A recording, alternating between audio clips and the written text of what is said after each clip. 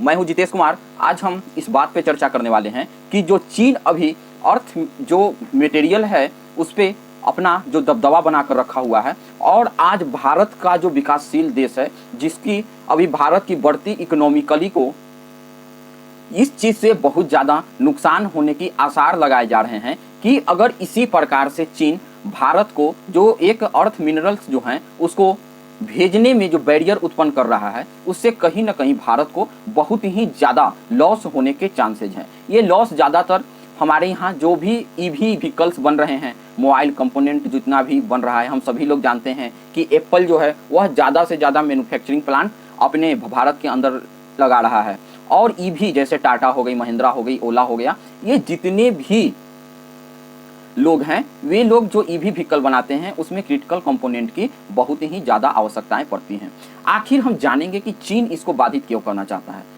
तो दोस्तों देखिए, कोई भी देश अगर बहुत ज़्यादा तेज़ी से अर्थव्यवस्था ग्रो कर रहा हो तो कहीं ना कहीं जो बगल वाले देश हैं या जो उसके प्रतिद्वंदी देश हैं वह ऐसा नहीं चाहेंगे कि कभी भी वह देश ज़्यादा अर्थव्यवस्था विकसित कर ले, क्योंकि वह जानता है कि साउथ इंडियन साइड में या साउथ एशियन साइड में चीन अभी सभी देशों का दादा बनकर बैठा हुआ है, क्योंकि अर्थव्यवस्था अमेरिका के बाद जो सबसे ज़्यादा जीडीपी है वह चीन के पास है।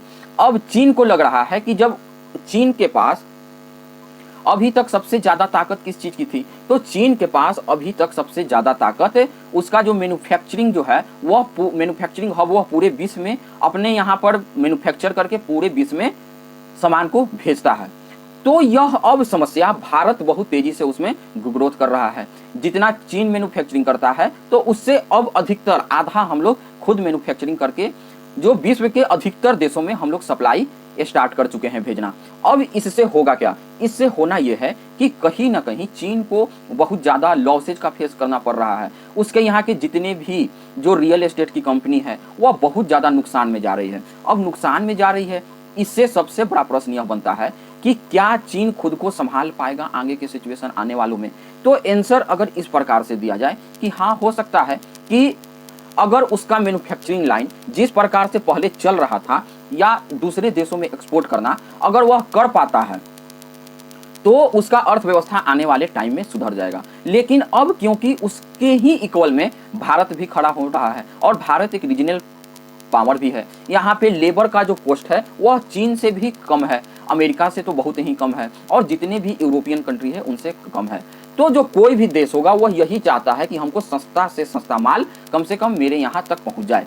अब वह सस्ता माल हम लोग भी बनाते हैं, हम लोग भी विदेश में भेजते हैं। तो ये सारी सिचुएशन को देखते हुए अब जो क्रिटिकल अर्थ मिनरल्स हैं उसको वह हथियार की तरह यूज करना स्टार्ट कर दिया है। जैसे डॉलर को अमेरिका हथियार की तरह यूज करता है। किसी भी देश पे अगर किसी को सैंक्शन, अमेरिका को लगता है कि सैंक्शन लगाना चाहिए तो वह तुरंत सैंक्शन लगा देता है। सैंक्शन क्यों लगा देता है?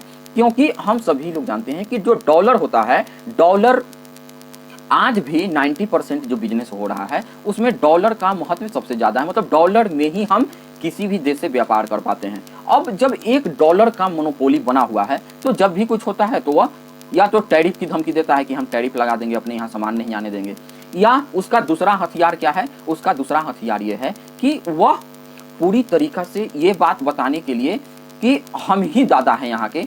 अब डॉलर इतना ज़्यादा अभी फैला हुआ है कि अगर वह समेट जाए, कम हो जाए या डी डॉलराइजेशन की प्रोसेस में हम लोग चले जाएं तो कहीं ना कहीं डॉलर का वर्चस्व खत्म होने की खतरा हमेशा से ही अमेरिका के ऊपर बना हुआ रहता है। अगर अमेरिका के ऊपर इस प्रकार के दबाव बनने लगेंगे तो वह हर प्रक्रिया अपनाएगा जिससे उसका डी डॉलराइजेशन नहीं हो। इसीलिए हम कुछ दिन पहले देखे होंगे कि ब्रिक्स जो एक संगठन बनाया, भारत, चीन, रूस, ब्राज़ील और साउथ अफ्रीका मिलकर, तो ये जब इनको लगा कि इस प्रकार के अब हमारा डी डॉलराइजेशन करने के लिए एक संस्थान बनाई जा रही है तो पूरी तरीक़ा से धमकी देने लगे कि हम 500% का टैरिफ लगा देंगे। फिर उसके बाद वहाँ के एक एमपी बोले कि हम 100% का टैरिफ लगा देंगे। आखिर यह डर तो है कि जिस टाइम डी डॉलराइजेशन हुआ हमारा सारा का सारा हेजोमनी जो अभी तक पूरे विश्व पर हम एक छत्र छाया के रूप में बना कर रखे हुए हैं वह खत्म हो जाएगा। दूसरी तरफ क्योंकि चीन भी दूसरे नंबर का इकोनॉमिक बनकर बैठा हुआ है और भारत और चीन के बीच में इकोनॉमिकली जो जीडीपी का रेशियो है वह बहुत ही ज़्यादा गैप है, कहाँ $4 ट्रिलियन और कहाँ $20 ट्रिलियन। तो और अगर जिस स्पीड से अभी चाइना अपना काम पूरा करते जा रहा है तो हो सकता है आगे आने वाले टाइम में अमेरिका से भी चीन आगे निकल जाए। तो ये सारी सिचुएशन को देखते हुए आखिर क्या हो रहा है, हो यूँ रहा है कि अब चीन को अब जो वेपनाइज करना था, अपने बताना था कि हम भी कुछ हैं जो पूरे विश्व को कोई ना कोई तरीका से कंट्रोल करना चाहते हैं। तो कंट्रोल करने के लिए जो विकासशील देश हैं जिसकी अर्थव्यवस्था तेजी से ग्रोथ कर रही है, तो उसको कहीं ना कहीं अगर चीन नीचे गिराने में कामयाब हो जाता है तो उससे जो ज़्यादा इकोनॉमिकली बहुत ग्रोथ तेज कर रहे हैं वह उसको नुकसान होगा। तो फायदा किसको होगा? चीन को, क्योंकि मैन्युफैक्चरिंग तो वही कर रहा है। कुछ समय पहले हम ये भी बात जानते हैं कि डोनाल्ड ट्रंप और एलॉन मस्क के बीच में भी जो बातचीत, जो कहा सुनी हुई, उसके पीछे मुख्य रूप से जो जिम्मेदारी थी वह क्रिटिकल अर्थ मिनरल्स का ही था। क्योंकि जब चीन के ऊपर अमेरिका ने टैरिफ वार खेलने की कोशिश की, तो उसी टाइम चाइना ने भी अपना जो वेपन था, जो क्रिटिकल अर्थ मिनरल्स पे उसका बोलबाला है, उसको अमेरिका के लिए बैरियर लगाना स्टार्ट कर दिया। और अमेरिका के साथ ही साथ भारत पे भी वह बैरियर लगाना स्टार्ट कर दिया। अब जब बैरियर लगाना स्टार्ट कर दिया, इससे होता क्या है कि दोनों देश बहुत ही ज़्यादा एक अनकंट्रोल सिचुएशन में आ जाते हैं, क्योंकि उनको समझ नहीं आता है कि इतना जल्दी हम कहाँ से लेकर और अर्थ मिनरल्स आएंगे। तो ये बातें बढ़ते बढ़ते अब इस सिचुएशन में पहुंच चुकी है कि भारत को बहुत ज़्यादा डिस्टर्बेंस चीन करने लगा है। इसी समय हम कुछ समय पहले एक न्यूज भारत के अंदर से भी सुनते हैं कि जो राजस्थान के बिलेसार जो जिला है, वहाँ पर बहुत सारा क्रिटिकल अर्थ मिनरल का खदान मिला है। खदान जो हमारे यहाँ की जो ग्राउंड जो खोजते हैं अर्थ मिनरल्स, उसको वह बताएं कि हमारे यहाँ भी है। लेकिन हमारे यहाँ इस चीज़ की समस्या है कि अब इस सिचुएशन को जैसे ही हम लोग एक्सप्लोर करने के काम में लग जाएंगे, तो जितने भी चाइना से फंडेड एनजीओ है और बाकी लोग हैं, वह सारे के सारे अचानक उनके अंदर से पर्यावरणविद जो हैं वह निकल आएगा और वे सारे लोग धरना पे बैठ जाएंगे कि इससे पर्यावरण दूषित हो रहा है और अन्य समस्याएं उत्पन्न होने लगेगी। क्यों? क्योंकि अब चाइना यह नहीं चाहता कि भारत भी अपना इस प्रकार के सारे काम को करना स्टार्ट कर दे। और दूसरी साथ इस मामले में चाइना बहुत ही ज़्यादा होशियार है। वह होशियार किस प्रकार से है? वह इस प्रकार से है कि चाइना अपने यहाँ तो पूरी तरीका से बिल्कुल किसी भी देश का इंटरफेयर नहीं करने देता है। इंटरफेयर नहीं करने देता है, इसका मतलब हो गया कि अगर कोई बाहर से व्यक्ति, जैसे कोई अन्य देश के व्यक्ति उसके देश में जाता है, तो वो उनके यहाँ एक लिमिटेशन होता है कि आप इस एरिया में घूम सकते हैं। जो और अन्य एरिया है वहाँ पे नहीं जाने दिया जाता, पुलिस द्वारा रोक दिया जाता है, चाइनीज पुलिस द्वारा। और अगर उस क्षेत्र में भी घूमना है तो हर जगह सीसीटीवी से निगरानी रखी जाती है कि आप क्या करने आए हैं, कैसे करने आए हैं। और दूसरा बात इंटरनेट का, तो इंटरनेट के उन्होंने भी फायर वाल लगा रखा है। अब फायर वाल के द्वारा वह जो बाहर के जो चीज़ होती है उसको अपने यहाँ एक्सेस करने ही नहीं देते। और दूसरे देशों के अंदर अपना एक मीडिया के द्वारा, अलग अलग एनजीओ के द्वारा उनको बहुत सारे पैसे देकर ये सारी सिचुएशन के लिए मना लेते हैं कि आपको किसी भी प्रकार से करके इस चीज़ को रोकना बहुत ज़रूरी है। और एक बात मैं बता दूं कि इस चीज़ को रोकना भारत के लिए, चाहे विश्व के बहुत सारे देशों के लिए, बहुत ज़्यादा कठिनाई उत्पन्न होगी। क्योंकि चीन अपने यहाँ इस प्रकार के जो माहौल बनाए हुए है वह पूरी तरीक़ा से प्रतिबंध किए हुए है, वहाँ तक किसी को एक्सेस देता नहीं है और दूसरे के देश में हर प्रकार से इंटरफियर करता है। जैसे कि अमेरिका में भी यही जब सिचुएशन उत्पन्न होने लगा तो डोनाल्ड ट्रंप ने इस बात को लेकर, इस सिचुएशन से लड़ने के लिए उन्होंने अपने यहाँ पर माइनिंग स्टार्ट करने की बात कही। लेकिन जैसे ही बात कही तो वहाँ के जितने भी पर्यावरणविद हैं, ये सारे लोग एनजीओ हैं, वे सारे लोग को आने लगा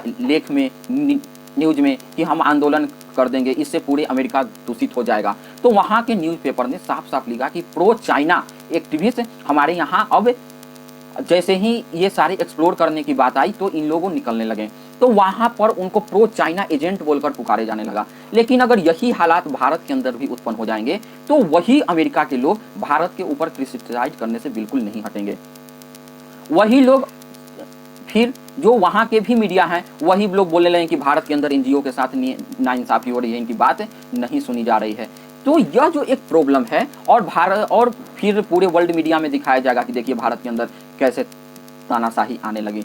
लेकिन जानते सभी लोग हैं, लेकिन जब दोहले चरित्र अपनाने की जब बात आ जाए तो वहाँ पे कुछ नहीं किया जा सकता। जैसे डबल स्टैंडर्ड खेलना यूरोप का ये आज की नहीं पुरानी आदत है। अब पुरानी आदत में ऐसा नहीं है कि इसका भुक्तभोगी सिर्फ भारत है, इसका भुक्तभोगी खुद भी वही हैं जो इस प्रकार के सिचुएशन में खुद को डालने और ढालने की कोशिश करते हैं, लेकिन फिर भी उन लोगों को समझ में नहीं आती है। तो अब ये सारी सिचुएशन को देखते हुए लेकिन हम भी बता दें कि बहुत सारी, सबसे पहला जो अपने यहाँ उस प्रकार के हमने पहले कभी भी क्रिटिकल कंपोनेंट का एक तो माइनिंग किया नहीं है, जिसे माइनिंग किया नहीं तो जो सप्लाई चेन लाइन होती है वह मेरे पास नहीं है। उसके बाद टेक्नोलॉजी भी नहीं है ताकि हम उस टेक्नोलॉजी के द्वारा उसको प्रोसेस कर सकें, उसको प्यूरीफाइड कर सकें, यूज कर सकें। तो ये सारी सिचुएशन आते आते लगभग अगले 5 साल कम से कम लग जाएंगे। तो ये चीज़ें आज के समय में बहुत ही ज़्यादा सिचुएशन है। अगर आप ये हमसे पूछे कि अगर हमको विश्व ग्रुप बनना है, इसमें अपना भी दावेदारी जमाना है, तो अर्थ जो क्रिटिकल अर्थ कंपोनेंट होगा उसके बिना हम लोग आगे नहीं जा सकेंगे मैन्युफैक्चरिंग में। तो नहीं, देखिए हम साफ कहते हैं नहीं, क्योंकि जब भी मोबाइल हो गया, लैपटॉप हो गया, बैटरी हो गया, ईवी व्हीकल हो गया, सैटेलाइट हो गया, जितनी भी ये सारे कंपोनेंट हैं, इसको बनाने में कहीं ना कहीं इन सारी चीज़ों का बहुत ही ज़्यादा आवश्यकता पड़ती है कि इस प्रकार के कंपोनेंट को एक्सप्लोर करने के लिए हमारे पास प्रोसेस चाहिए। और जब तक हमारे यहाँ मिनरल्स हैं लेकिन प्रोसेस करने में वही सारी दिक्कत आएंगी, उसके बाद सप्लाई लाइन नहीं है, उसके बाद टेक्नोलॉजी नहीं है, तो ये सारी सिचुएशन अपने लिए बहुत ज़्यादा समस्या उत्पन्न कर सकती है। और मैं साथ ही आप सभी लोगों को बताते चलूँ कि इन लोगों को बीच में और ज़्यादा ही समस्या उत्पन्न हो जाएगी ये सारी सिचुएशन को देखते हुए। तो इसके बारे में आई होप हमने जितना आपको इस मटेरियल के बारे में समझाने की प्रयास की, आपको समझ में आ गया होगा। आपको जानकारी कैसी लगी आप हमें कमेंट माध्यम से ज़रूर बताएं। और साथ ही साथ आप लोगों से अनुरोध है कि आप हमारे चैनल को ज़्यादा से ज़्यादा सब्सक्राइब कीजिए, लाइक कीजिए और शेयर कीजिए। जय हिंद, जय भारत।